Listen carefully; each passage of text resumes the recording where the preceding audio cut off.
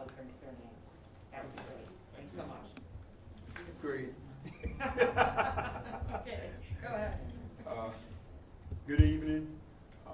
Fitzgerald Roberts, Fitzgerald, Village of Dixmoor, President. I'm here today to talk out to the residents. So far right now, we're still under a boil order. We haven't still received enough pressure that we need to run the system. Right now we're at 17 pounds of pressure. We still need to get up to 35 pounds of pressure.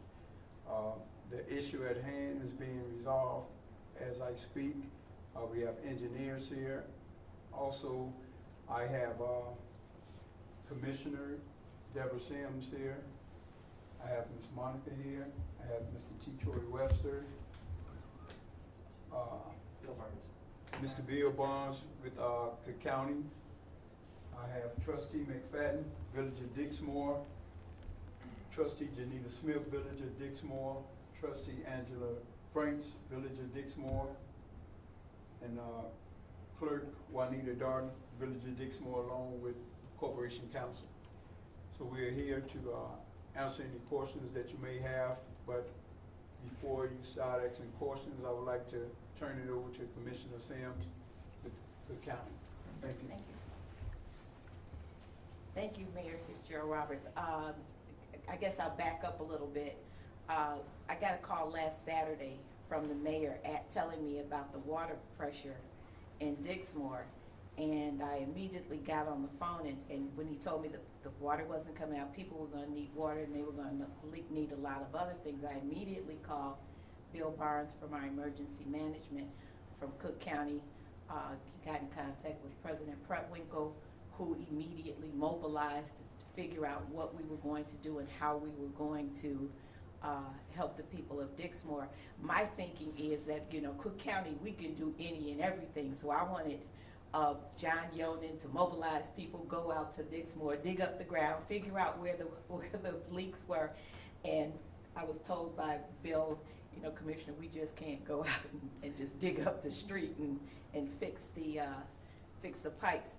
But it's important that we help the village of Dixmoor. You know, this isn't just a Dixmoor problem. This is a problem throughout the South suburban communities. Robbins has a problem. Fort Heights has a problem. You know, they wonder why the water bills in these communities are so high. The reason why the water bills are so high is because the water's seeping in the ground.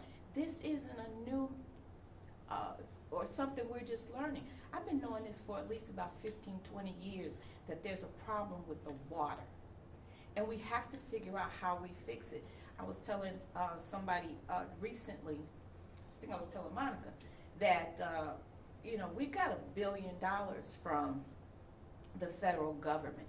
If we took our whole $1 billion, it would take all of that to fix the pipes. So Cook County can't do it alone, and we can't take our whole $1 million and put it toward the pipes. So we're going to need money from the state, we're going to need money from the federal government, and we're going to need money from MWRD and the county, whatever portions that we're going to put in. But it's going to take all of us together working to figure out how do we help the communities through Cook County, not just Dixmoor.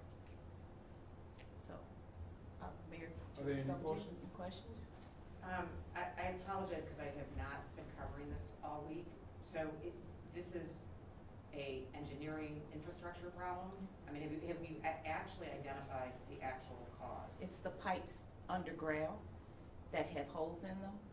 And when the pipes come into the villages, as the water, because the water comes from Lake Michigan, I know they get theirs from Chicago, and some of the communities get theirs from Hammond. But as the water comes in, the pipes are so old and they're corroding, they need to be fixed. And I mean, if you think about up under the streets in all of these communities, we need some kind of mechanism, and I think that's what they're looking at. And you may want to direct that question to Bill Barnes from our emergency management on how they do this. I think there's some kind of camera that they can put in the pipes and see where the holes are, And Commissioner Moore and I were having a conversation a couple of years ago in regards to, he was saying there's a company out there, you shoot this stuff in the pipes and it'll seal the holes and we don't have to do all that digging. I don't know what that is. I'm not that technical, but you know, maybe Bill can address some of that. So is it the county that's responsible for letting this get to the point where there's No. holes in the pipes? No, Who's it's not. what government, state, local, federal, who's responsible for for having the pipes get to the point of having holes in them? I don't know. That I can't answer. I mean, you know, the pipes are on the street. I mean, it's a infrastructure problem. I mean, I think it's our job to help the communities when they know these things are an issue. But you can't look at them. You can't see them. You don't know where the holes are. There's miles and miles and miles of pipe. Nobody knows where they are. So unless something like this happens that causes, you know, everybody to go in and see, you won't know where they are. And it's nobody's it's nobody's fault. I mean, these things are bound to happen. I mean, I'm just glad, to be glad that I'm glad it happened when the weather's good enough for us to get out there and really do something. If we were talking about 0 degrees and maybe snow, we'd have a serious problem. Maybe Bill can answer the question. So I know you talked about the water pressure, where it is, but where at this point are you in terms of fixing this problem, and when can residents get their water back? That's part of my realm. Sure. Good afternoon, Bill Barnes, Executive Director of Cook County Emergency Management and Regional Security. So we, as a county, we've been on the scene here for a week. When Dixmoor called, the county answered. And so it's not just emergency management that's been here sort of working on this. It's been Cook County Bureau of Asset Management and their facility management team providing technical assistance to the village of Dixmoor and the village of Hardy, because this affects both of the communities. Obviously, the negative impacts are here in Dixmoor. So the situation is there's a main line coming in to Dixmoor from Harvey where there's a problem. That problem has yet to be identified with certainty, but yesterday was a demonstration of the collaboration that's necessary to solve a challenge like this. The village of Blue Island, Dixmoor, Harvey, and the city of Chicago all came together to facilitate a temporary routing of water from Blue Island into Dixmoor to restore some of the pressure so that the reservoir here in Harvey can be filled so that we can begin to push water at a normal pressure to Dixmoor residents. It's a positive sign. It's important to note, though, that the boil order remains in effect. Water cannot be ingested in the village of Dixmoor until the line from Harvey to Dixmoor is restored. So the county will continue to provide bottled water through the Salvation Army, but it's also important to note, I think the commissioner was talking about it earlier today, U-Haul vans of citizens are driving up, unloading thousands of bottles of water to support their fellow residents and their fellow humans. So, today is a perfect example of how a negative is turned into a positive. We had a Masonic Lodge from Chicago come and help to push out water to the residents and also to educate them as to the vaccination station here. We've had 14 people vaccinated today with the COVID-19 vaccine, and also to educate them on the Cook County shower facilities that are made available to residents of Dixmoor or those who are impacted by the situation. There's Camp Shabona Woods, Camp Bullfrog Lake, and Camp Sullivan that have shower facilities for Dixmoor residents. Just if you bear with me, I'll just give the hours. During the weekends, it's 7 a.m. to 10 a.m. and then 4 p.m. till sunset. And then during the weekdays, it's from 8 until 4 p.m. Again, free of charge for Dixmoor residents. Did I answer your question? Well, kind of. It seems like what you did yesterday to elevate the water pressure, basically just kind of a Band-Aid, fixing the problem. It's a temporary fix that will allow the engineers to diagnose the problem in the Harvey main, and then the fix will take place. Once we determine what the problem is, then we'll know the time frame for how long that fix will take. I mean, because I'm, I'm a resident of Dixmoor, and at this point, after an entire week, you kind of want to know if there's some light at the end of the tunnel. And it looks, at this point, since you haven't even identified the problem with the main pipe from Harvey to Dixmoor, there is no light at the end of the tunnel. Well, the engineers have identified a stretch of pipe, so they know where to look. And once that problem is solved, then they can get in and repair it. Again, I'm not an engineer, and I don't play one on TV. So I can't tell you how long it's going to take, but there is light at the end of the tunnel. And through the support of the county, through the support of the village, and all the community members that have come out, I think that the village of Dixmoor and its residents should feel hope. I The would question like to I say, have is- I'm sorry. it's amazing how the hookup from, Deborah, do you- Sorry. Thank you. it's amazing if you guys haven't gone over to look at the hookup from Blue Island into Dixmoor through a fire hydrant.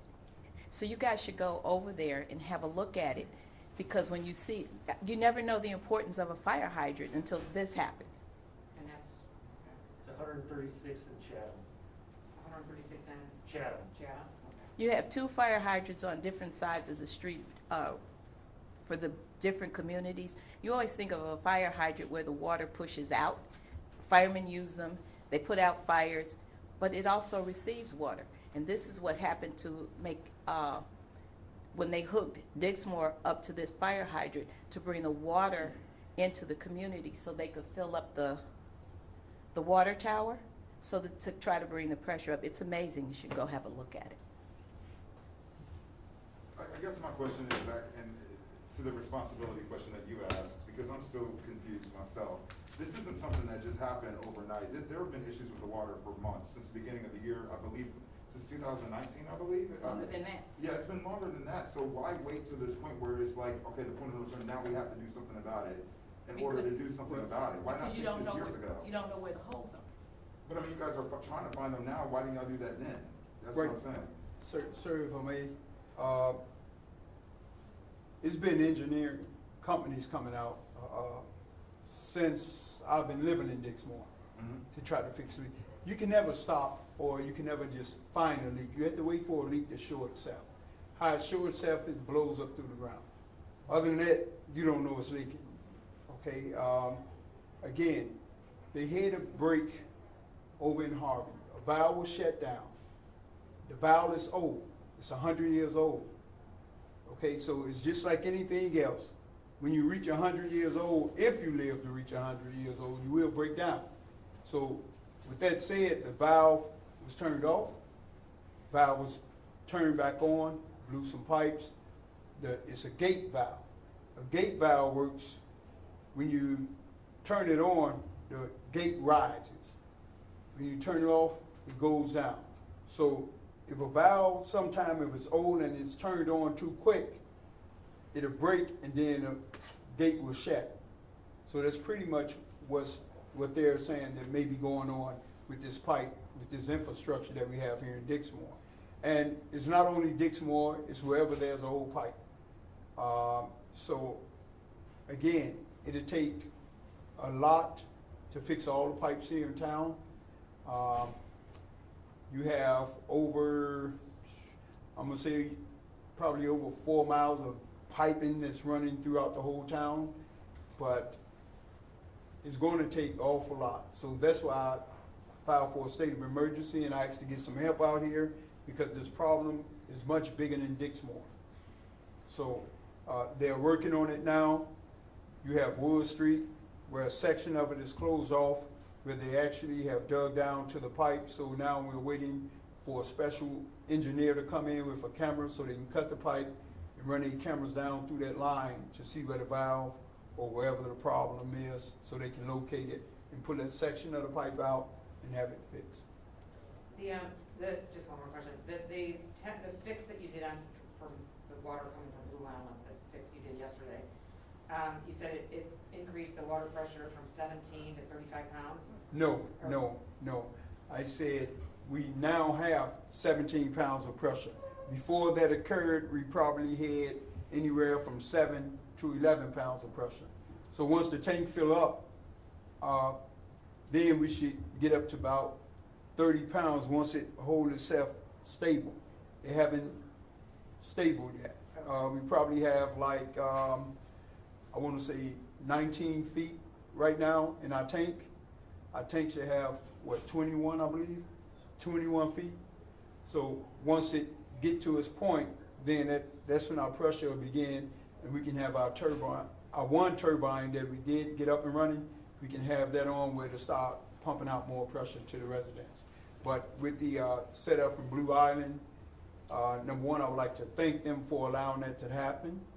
I really appreciate that. I appreciate everything the county have done for us. I appreciate everything that the state is doing, and everyone that was a key part in this operation. The county been out here sun up, sun down. I left them yesterday because I was overly tired. I left the county at left them at the break at 11:30 last night. They were still out here working till they got the connections in. So the Blue Island stuff, the water that's coming from Blue Island, it's in the process of Helping fill the tank. Fill the tank. So at this Yes. point, and in terms of showering, it's still not enough in there for people to Is- take showers. In certain areas, people can take showers, and in certain areas, they can't because they fall away from the connection that was tied in. But once it's full, Once it's full, people and go we take can cut the showers. turbine, cut that one turbine on that we had fixed by the engineers, then yes, we should be able to take showers, but it's still be in a boil order.